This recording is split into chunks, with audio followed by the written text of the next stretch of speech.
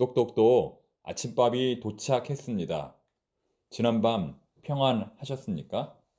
오늘은 3월 2일 목요일입니다. 오늘도 주시는 말씀을 통하여 하나님의 음성을 듣는 복된 시간이 되기를 바랍니다. 다윗의 승리는 사울의 영적 상태를 더욱 악화시키는 결정적인 계기가 되었습니다. 사울이 나락으로 떨어지는 속도는 어마어마합니다. 이제는 아무도 그를 막을 수가 없습니다. 오늘 본문에는 악령에 들린 사울의 상태가 크게 세 가지로 나타납니다. 그에게는 어떤 상태가 나타났을까요? 첫 번째는 정신없이 떠드는 상태입니다. 정신없이 계속 말을 하는 상태입니다. 본문 10절 말씀을 잠시 읽어드리면 그 이튿날 하나님께서 부리시는 악령이 사울에게 힘있게 내림에 그가 집안에서 정신없이 떠들어 대므로. 사울의 첫 번째 모습은 정신없이 떠드는 상태였습니다. 지금도 그렇지 않습니까? 정신이 온전하지 못한 사람의 가장 큰 특징은 바로 계속 떠드는 것, 정신없이 떠드는 것입니다. 자기도 자기가 무슨 말을 하는지 모르면서 계속 말하게 되는 것이지요. 다른 사람이 그만두게 하지 않는 이상 그는 계속해서 말을 하게 됩니다. 두 번째, 악령이 들인 사울의 두 번째 상태는 다른 사람을 향한 폭력입니다. 다른 사람을 향한 폭력. 11절 말씀입니다. 그가 스스로 이르기를 내가 다윗을 벽에 박으리라 하고 사울이 그 창을 던졌으나 다윗이 그의 앞에서 2번 피하였더라. 지금 사울은 다윗을 향하여 창을 던집니다. 그것도 한 번이 아니라 2번씩이나 던집니다.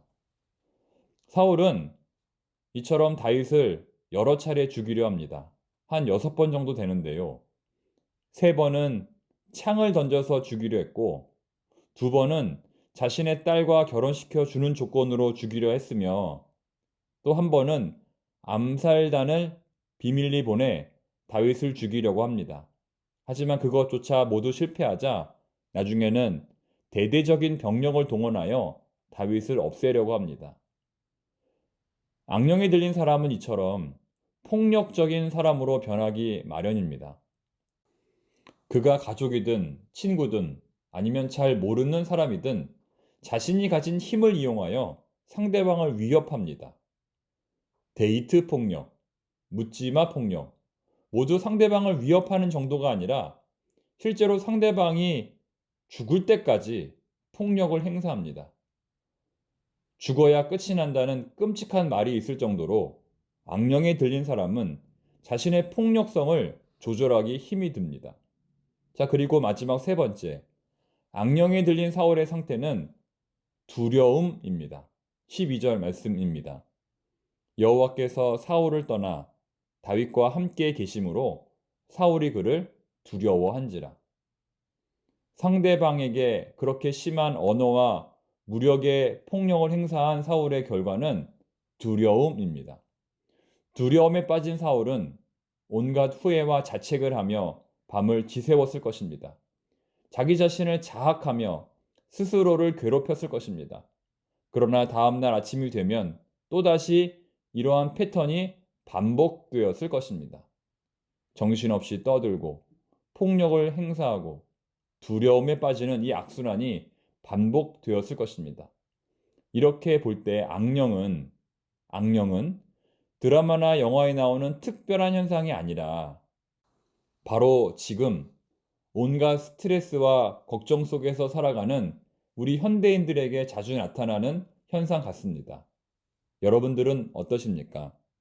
여러분들과 여러분의 가족은 건강하십니까?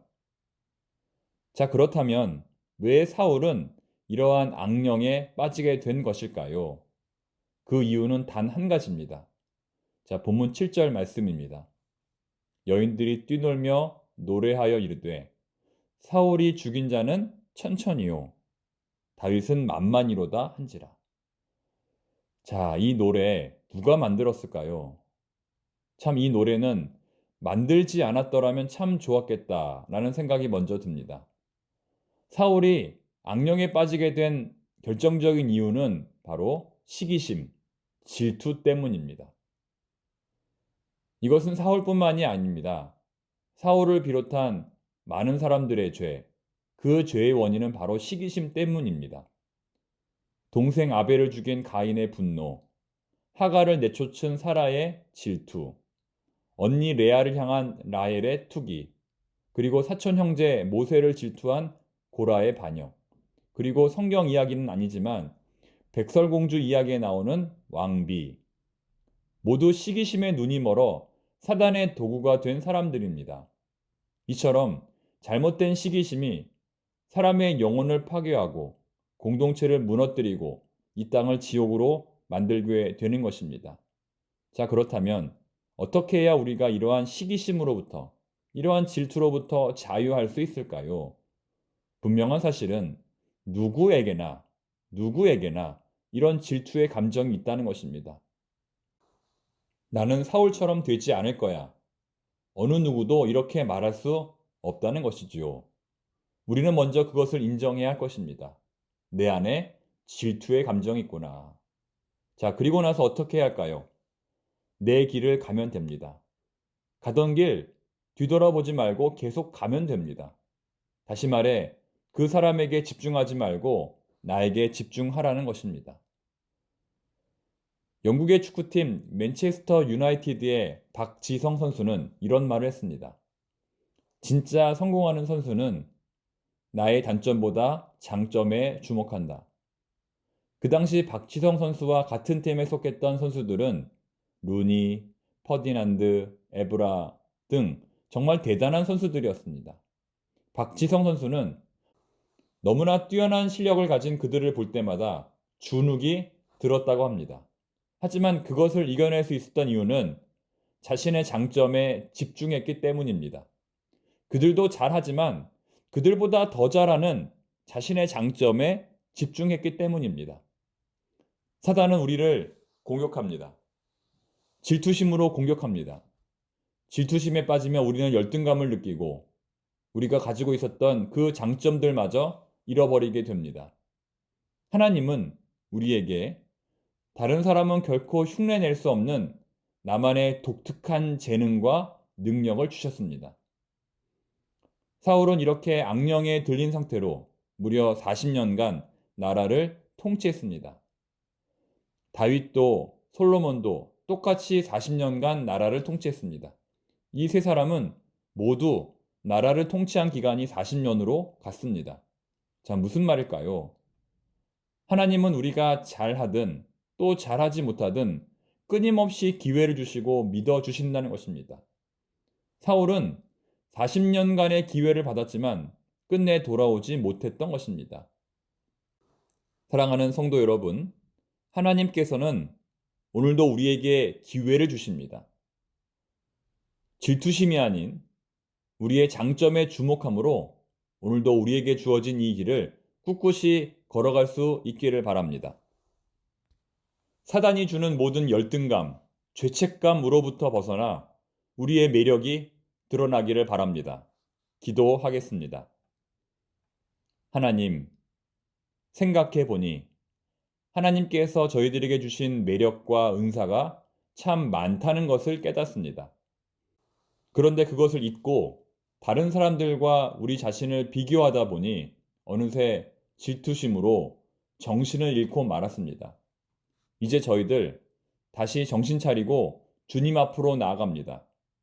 저희들만의 본연의 재능, 저희들만의 본연의 매력을 살려 오늘도 주어진 이 길을 달려가기 원합니다. 누가 뭐라 하든 흔들리지 않고 하나님과 함께 멋지게 오늘도 하루를 완성하게 하여 주시옵소서. 예수님의 이름으로 감사기도 드립니다. 아멘.